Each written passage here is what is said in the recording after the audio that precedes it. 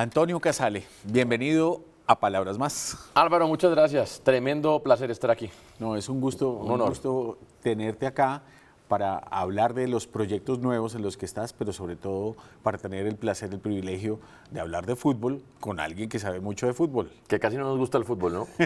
Ni casi nos gusta el mismo equipo. También, sí, menos mal. Bueno, sí. eso está bien. Bueno, pero de eso no hablamos por esto. El mundial es lo nuestro. El Mundial por ahora. Toño, quisiera empezar por los orígenes de esa afición por el deporte. ¿Qué tiene que ver tu familia? ¿Qué tiene que ver el colegio? ¿Qué tiene que ver el barrio con ese amor que terminó siendo pues tu pasión y tu profesión? Sí, mira, mi papá era italiano, pero es el único italiano que he conocido que no le gusta el fútbol ni el deporte. No le gustaba, pero no sabía que la pelota era redonda. Pero tengo un tío que es almirante de la Armada, ya en retiro, y él era esgrimista. Entonces, en las vacaciones nos mandaban para deshacerse de nosotros, de mi hermano y yo, a Manzanillo, el barrio de los de la Armada en Cartagena. Y allá, pues, nos ponían a hacer deporte todo el día para mamarnos, para cansarnos. Entonces jugaba fútbol, jugaba tenis, hacíamos olimpiadas de atletismo, hacíamos tal. En una de esas llegué y mi papá me tenía una enciclopedia mundial de los deportes. Y ahí como que me empecé a aficionar no solo por el fútbol, sino por todos los deportes. Ya como a los 7 años, un día llegó un amigo de él, odontólogo, hincha de Santa Fe de esos, pero a morir. Y él había matriculado a mi hermano ya en Santa Fe y él tenía la costumbre de matricular a los que veía por ahí, a los chinos que veía por ahí. A los que iban montando de Santa Fe, me llevó a un clásico, me dice, pónganle chaqueta roja al chino, bufanda roja, tal, me llevaron al estadio. Y ese día Santa Fe metió el primer gol, el tipo celebró, yo no sentí nada. Metió el segundo gol, el tipo celebró, yo no sentí nada. Y el tercero del Camello Soto, me acuerdo. Y yo no sentí nada, el tipo estaba comiendo paleta. Esto era contra Millonarios. Esto era contra Millonarios, claro. Él estaba comiendo paleta roja y me decía, pero celebre, chino, que esto es fútbol. Y me la untó así en la cara, así. Nada. Me dio fue como rabia. Eran millos terribles, millos del 81, 82 del primer semestre, antes de que no. Y vino el descuento, y yo ahí, solamente por la rabia, yo creo, de sentirlo de la paleta y la burla de todos, sentí algo de Millonarios. Y vino el segundo y me volví hincha de Millonarios para siempre. Perdió Millos ese clásico, pero me volví hincha de Millonarios y a partir de ahí ya empecé a jugar fútbol ya con más afición y empecé a oír la radio y entonces como mi papá no le gustaba el fútbol poco me llevaba al estadio, entonces yo era aficionado a la radio a partir del fútbol. Entonces, como dijo Alan Jara, veía los partidos de fútbol por la radio y ahí me aficioné a la radio y ahí me aficioné a todo lo que hago hoy. Después entonces existía la revista Cronómetro del periódico El Tiempo, ¿se acuerdan? Sí, claro. Y entonces ahí salía la figura de cada partido. Yo lo recortaba, armaba los equipos en cajitas de tic-tac, de los dulces, y con billetes de Tío Rico hacía las transacciones de los jugadores. Por la noche hacía partidos, hacía programas de radio y yo hacía las voces. Y esos jugadores les ponían un tapete, arranqué las canchas del futbolín, los disponía en 4-3-3 y con una pelotica de papel de aluminio empezaba a jugar los partidos y yo los narraba. Y a partir de ahí empecé a que ese fuera mi juego de infancia. Me llevaron a psicólogo y todo, porque el niño no jugaba con los vecinos, sino que tenía su juego. Yo armaba mi campeonato y soñaba con llegar por las tardes del colegio a narrar partidos y hacer campeonatos. Y jugaba los 7 partidos de la fecha, jugaba un partido todos los días. Bueno, Toño, pero es curioso cómo van fortaleciéndose dos pasiones que describes ahí en eso que nos acabas de contar. Una la de la radio y otra la del fútbol mismo. La de la radio, ¿cuáles eran los narradores de esa época y cómo puedes describir la magia porque yo también la viví como hincha, como aficionado, oír los partidos, pues oírlos en el estadio era una cosa y uno los veía ahí, pero oírlos cuando uno no estaba presente también era como una gran película que uno se imaginaba y todo esto, era extraordinario. ¿Cuáles fueron esos narradores o comentaristas que oías en esa época? Mira, Álvaro, mi mamá que es otra patrocinadora, pero insaciable de esta pasión y de esta afición, que creo que es importantísimo que los papás cuando ven que a un niño le gusta algo, síganle por ahí porque es importantísimo que uno después se dedique a lo que le gusta. Tiene unos cassettes grabados donde yo hago narraciones de Jorge Eliezer Campuzano, espectacular y toda esa vaina, pero yo no me acuerdo mucho de que mi referente fuera Campuzano, pero efectivamente yo trataba de narrar como Jorge Eliezer Campuzano. Pero me acuerdo mucho que los primeros que yo vi era Hernando Perdomo Che, que tenía un combo con Hernán Peláez, con Jaime Ortiz. Después está Sergio Ramírez con Óscar Restrepo. Y eran como parejas, y uno iba como canaleando también, porque en esa época era con la ruedita, ¿no? Sí. Pero sintonizar las emisoras no era fácil. Entonces a mí me quedaba, donde estaba Perdomo Che con Hernán Peláez, casi siempre me caía bien, y si no me pasaba la de Sergio Ramírez. Y digamos que son como los tres referentes. Pero claro, era imaginarse uno, porque en esa época que había muy poca oferta por televisión, pues uno se imaginaba los partidos. Cuando uno llegaba al estadio de vez en cuando que iba, pues uno... no sé si uno magnificaba todo, ¿no? Pero ir al Campín era realmente el evento y ver a los jugadores eran ídolos de verdad, ¿no?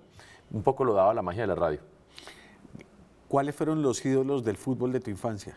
No te quepa la menor duda que Arnoldo Iguarán era un jugadorazo, un tipo que además todos sus compañeros hablan de que es un tipo muy callado. Lo he podido entrevistar después y efectivamente es muy callado, era un tipo que hablaba solamente en la cancha, pero era un tipo que tenía velocidad, un tipo que a veces le pegaba más duro con la cabeza que con el pie, como dijo el Pío Valderrama en la revista Bocas el domingo, y tiene toda la razón, un tipo que yo le vi goles de cabeza desde el borde del área.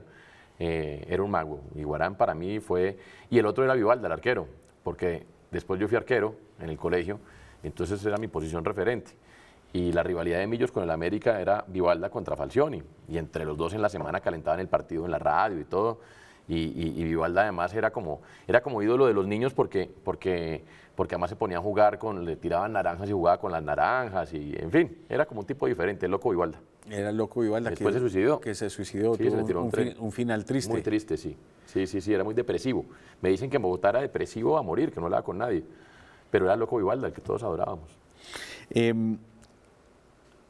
Toño, los mejores equipos de Millonarios que tuviste desde ese momento hasta ahora y partidos inolvidables. El Millos de Pinto del 84, que yo siendo muy niño me acuerdo que fui a un partido amistoso comenzando la temporada, Gremio Millonarios, y jugó el Pío Valderrama titular. Y después Pinto lo sentó inexplicablemente y todos pedíamos al Pío Valderrama. El Pío Valderrama pasó ese año en Millonarios sentado todo el campeonato, pero era un equipazo. Un equipazo donde estaba Vivalda, Vantuín, Barberón, Miguel Ángel López. Que fue después del Mundial. Ese fue el 84. Sí. 84. Después está el del 87 por los jugadores que tenía, ¿no? Ya pasa el tiempo y uno cae en cuenta que toda esa ilusión de infancia pues estaba además rodeada por otros temas no tan futbolísticos y uno le da un poquito de tristeza, ¿no? Pero me gustaban mucho esos dos y me gustó mucho el de 2007 de Vanemerac cuando llegó en una crisis terrible y a punta de motivación llevó a un grupo que era pues, relativamente limitado de jugadores y lo llevó a semifinales de Sudamericana. Esos me han gustado mucho. Esos años 80 que tú describes del fútbol nacional, de esos Millonarios, pero también de América, de Nacional, de muchos otros equipos, pues estuvieron enmarcados, como tú dices, con la presencia de narcotraficantes en el fútbol. Hoy en día la distancia, ¿cómo se ve eso? ¿Qué huella dejó el paso de esta gente por el fútbol nacional? Sabes que es muy triste porque yo creo que ni el fútbol ni el país se ha podido levantar de eso, no, porque es que aquí estamos viviendo en medio de una cultura traqueta donde el que más sabe es el que más plata tiene. Y uno de niño, pues esas cosas son como ajenas, pero efectivamente, uno en diciembre esperaba ver qué equipo traía Maradona, si era América o Millonarios, y todo era punta de plata, entonces como que, pues hombre, en algunas casas tuvimos la fortuna de que nos atajaran un poquito y nos dijeran, ojo, que no todo esto es con plata, mire que en el deporte hay otros valores como el sacrificio, la cooperación, el trabajo en equipo, la solidaridad. Pero el fútbol como espejo de valores, sin lugar a dudas, en esa época terminó haciéndole mucho daño a la sociedad, sobre todo porque después vino la década del 90, donde se acabó esa bonanza y el fútbol pasó de ser muy rico a muy pobre, entonces el nivel hasta ahorita está medio sacando la cabeza, pero todavía hay muchos manejos que dejan mucho que desear. Uno ve, si un equipo como Millonarios no es autosostenible porque no tiene flujo de caja, con las mejores asistencias del país, con todas las autoridades que tiene, quiere decir que no hay un equipo, o sea, no es viable tener un equipo de fútbol profesional, ¿no? Toño, ¿en qué momento te das cuenta de que esa pasión podría llegar a ser en el futuro tu profesión? Ya en serio, ¿en qué momento no sé, si del colegio, antes de tomar la decisión de ir a la universidad o estando en la universidad? Yo solamente tuve dos momentos de duda. Uno, yo empecé a jugar tenis también, hacía deportes, yo estudiaba poco y hacía muchos deportes y hubo la posibilidad de irme a una academia de tenis en Estados Unidos becado. Y ahí como que la dudé y dije, miércoles, me dedico a esto. Y otro, en sexto de bachillerato, 11 ahora, que que como a 3 meses de graduarme, como que me entró la venita del derecho o de ciencias políticas o cosas así, porque yo veía que el país estaba muy mal y que uno podría aportar desde algún lado, pero yo desde antes ya sabía que lo que me gustaba era estar en medios y hacer periodismo y demás. Pero estos fueron, te estoy hablando de dudas cada una, la del tenis de un mes y la otra de una semana. El resto yo desde que tengo uso de razón y empecé a narrar partidos de fútbol sabía que esto iba a ser lo mío. Lo que también sabía es que no quería hacer lo mismo que habían hecho los demás. Es decir, quería hacer como un camino diferente, un camino propio. Entonces después me di cuenta estando ya haciendo prácticas de la universidad en Caracol Radio, que era imposible entrar en radio deportiva. No es como ahora que hay diferentes medios de internet, de televisión, de tal, digamos que más. No, en esa época había Caracol y RCN y no había nada más. Y era imposible, yo estaba en musicales. Y lo único que se me ocurrió fue pasar una propuesta para hacer transmisiones de fútbol adecuadas a la emisora donde yo estaba, que era una emisora de rock. Y entonces a partir de ahí como que también pude empezar a hacer la mía, a jugar con la mía. Rock and roll. Rock and roll, claro. Hagamos una pausa, Antonio. Venimos y hablamos de rock and roll y todo lo que ha venido en la carrera y, claro, de la Selección Colombia del Mundial de Brasil.